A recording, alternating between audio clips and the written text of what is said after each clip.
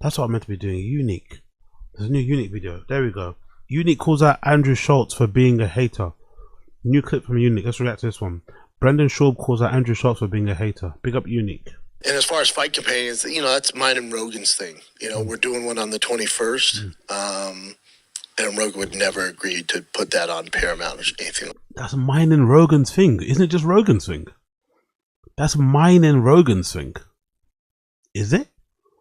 Or is it Rogan's show and he just invites you guys to do it with him? Like he's acting. Is it like a partnership? Is he involved in choosing who does it with him and stuff? Mine and Rogan's thing. Like that. So,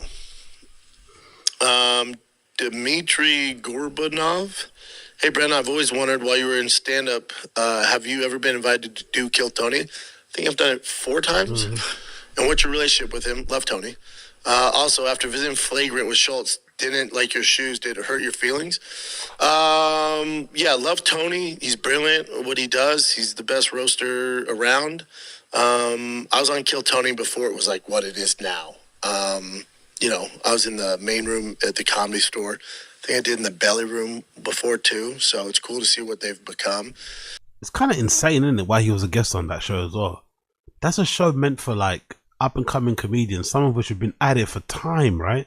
You see some people coming up. Sometimes it's really heartbreaking when they're really bad. When they bomb really bad in that minute, and then Tony asks them the first question during the interview, how long are we doing stand up? And they say 10 years. It's like, oh, brutal. If it's that bad, it's better when they're shit and they've done it for 2 weeks. But it's a show that's meant to be giving comedians opportunities, right? But it kind of showcases the good and bad of comedy, the crazies, the psychos, the whatever. It's kind of insulting if you're on there as a comedian and you have Brendan judging your comedy. He's like 5 years in, he's jumped bare steps, right?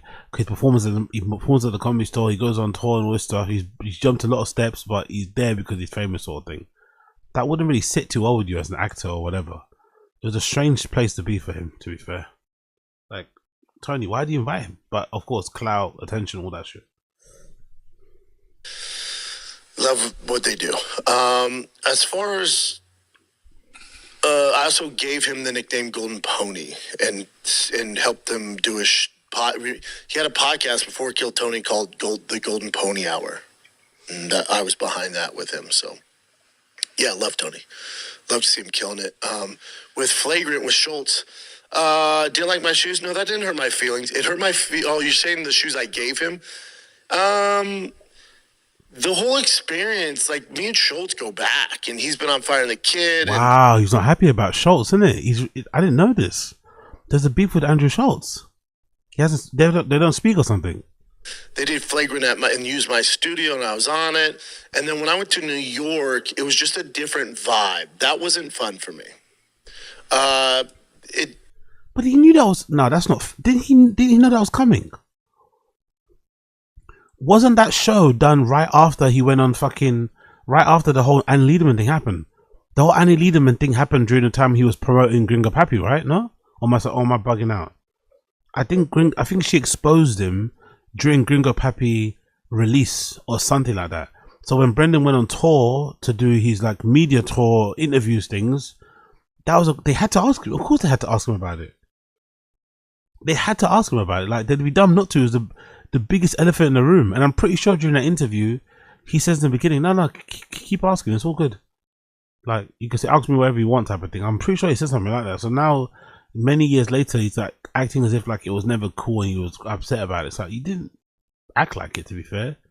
You're encouraging him to come out anyway and put some trainers on. I don't know. Strange how he will take that as offense. Like, brother, like, it was the biggest story in your chapter, for a long ass time. And again, self-inflicted, by the way. It was weird. It caught me off guard.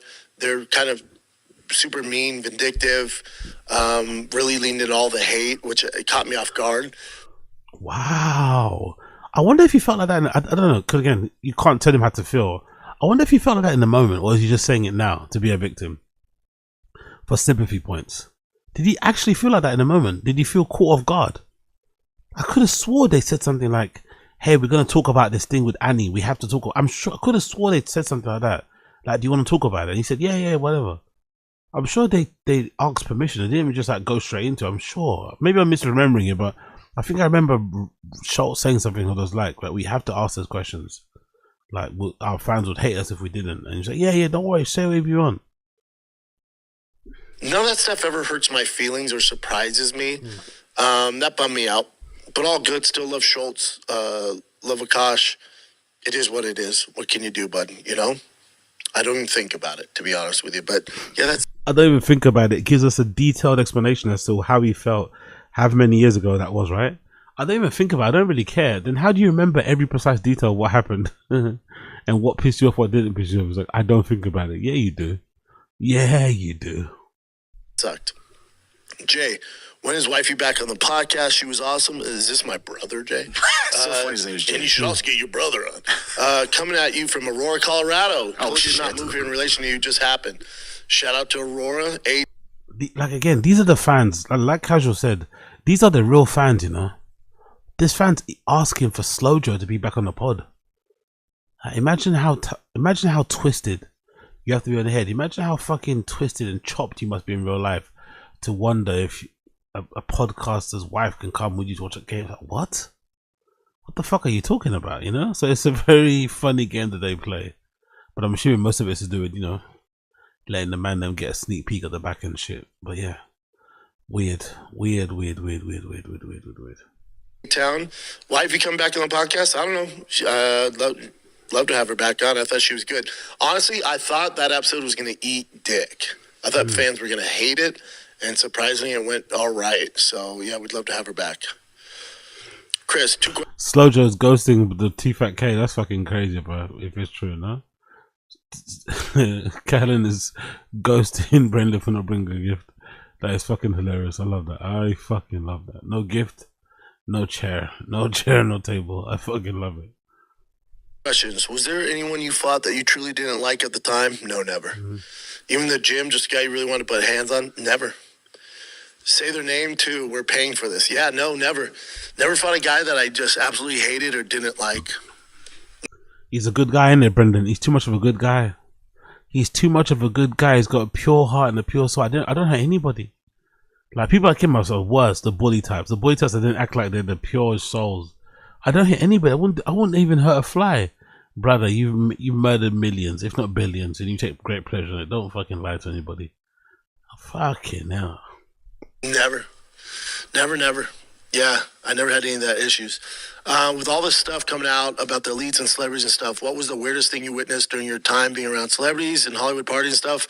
Doesn't have to be pedo shit, but just something that came off real weird to you. I was at an Oscar party with a very, very famous celebrity, and he kept asking me to train him. And I was currently in the UFC. He kept asking me to train him. And I was like, yeah. And he's like, yeah, man, you don't have to worry about two people being, just be you and me. I'm like, yeah, well, yeah, I don't train people, but I hear you. And then I thought that was over, and he kept circling back. And then somebody came in and was like, dude, he's trying to fuck you. That's what he does. Very famous celebrity. You guys would all know. But I'm not going to put his business out there. But yeah, I thought that was weird. Yeah, Hollywood's a weird town, man. There's some good guys, but it's very weird. Ben, what if they put Sean Strickland on the White House card, but have a little South American shaman with a blow dart gun ready to tranquilize him if he starts going south? Thanks for the Patreon. It's been good. Yeah, no, there's no chance Strickland's on the White House card. No, I know what they have in store for him. It's not the White House. Okay. Chris Mosier says, Brendan, do you ever get shit wearing your red war hat? I do all the time. I had to switch over to my camo war hat. I get tired of having to explain the hat. Everyone thinks it's a political hat, war referring to ICE, thinking it's anti-Trump hat. Interesting. No. And I do wear it all the time, wear it out. A part of me thinks he wants someone to say something, though. It's like he wears that Red Indians hat, right?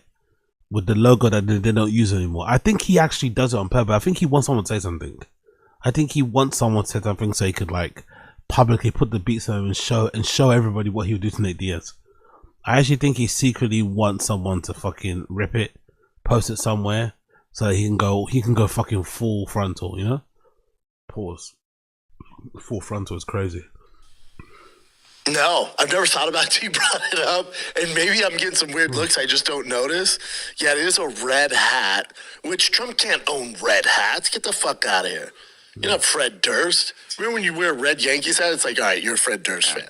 But no one's going to fuck with you either. I mean, that's what you have going for you. This guy's probably a red. And the other thing is, if they did come at me like, oh, what the fuck? A, I'd light them up because, like, it's a Dustin Poirier hat, you dumbass. And then B, if you want to have the discussion about ICE, we can do that as well. So, No, shut up. If you want to have a discussion about ICE, what type of nuanced opinion is he gonna have ICE? What type of clapback is he gonna have against people who want people to just have civil liberties given to them, basic human needs and stuff? Like, what is that? Come on, man. Such a fucking weapon, such an absolute blood clot weapon. But hey, what do you know? What do you expect? What do you know? What do you expect? So in that clip, Brendan going after Schultz. It does make sense though, because I'm trying to think off the top of my head. There hasn't been many times recently where I remember hearing Brendan talk about Schultz. I think in the past, he used to always talk about how funny he was, business acumen, but it's kind of cooled over the latest years. I wonder what happened recently.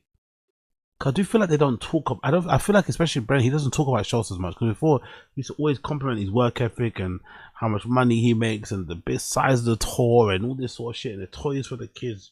But you barely hear him talk about him. So I wonder, maybe something else happened behind the scenes with two of them that led to this kind of falling out. But I think he's rewriting history. I think he's just going for the sympathy thing, you know. He's just trying to go for that sympathy connection. But I don't think the game is dead. I really don't think so. But hey, that's an analogy that if you're from here, you would understand. If you're from here, you would understand.